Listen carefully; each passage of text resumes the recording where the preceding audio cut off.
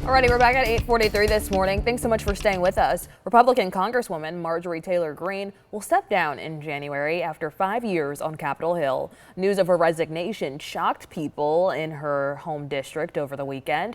Greene started as one of the president's staunchest supporters, but will leave Congress being branded a traitor by him after their very public falling out.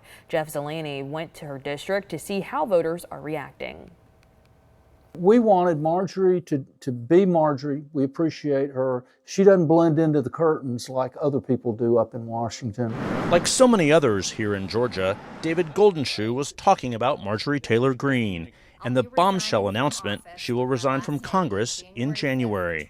But unlike most who only talk about her, he knows her well. And after finishing his weekly radio show today, he said three things above all explain why she's leaving. She may be very, very, very conservative. At the same time, she wants to see things get done. The second factor, I think, was the Charlie Kirk assassination. That had a profound impact on her.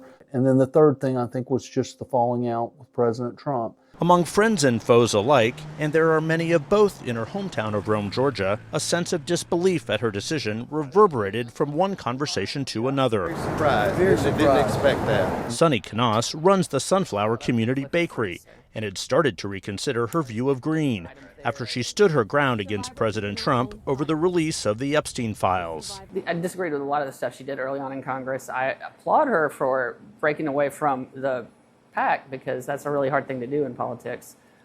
There's just a handful of people that are brave enough to do that, so I've got to hand her that.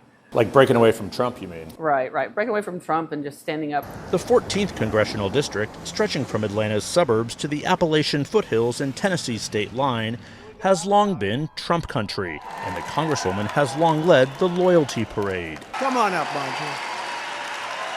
Come on. Thank you, Mr. President. All that a distant memory after she criticized the president and he turned on her. Marjorie Taylor Green. The remarkable feud that ultimately led to a resignation video on Friday night I refuse to be a battered wife, hoping it all goes away and gets better.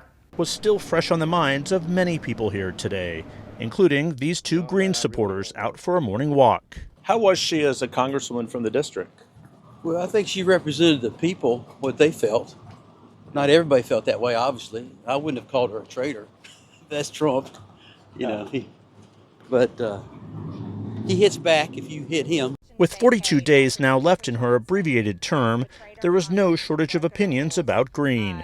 Radford Bunker was among those expressing regret to be losing their firebrand in Congress.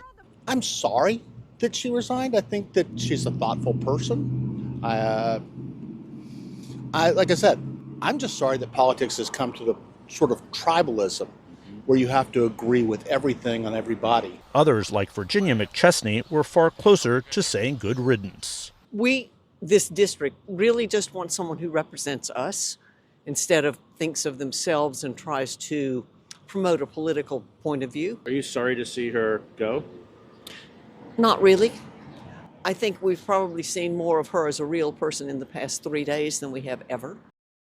Now, Greene has not announced what her next plans will be.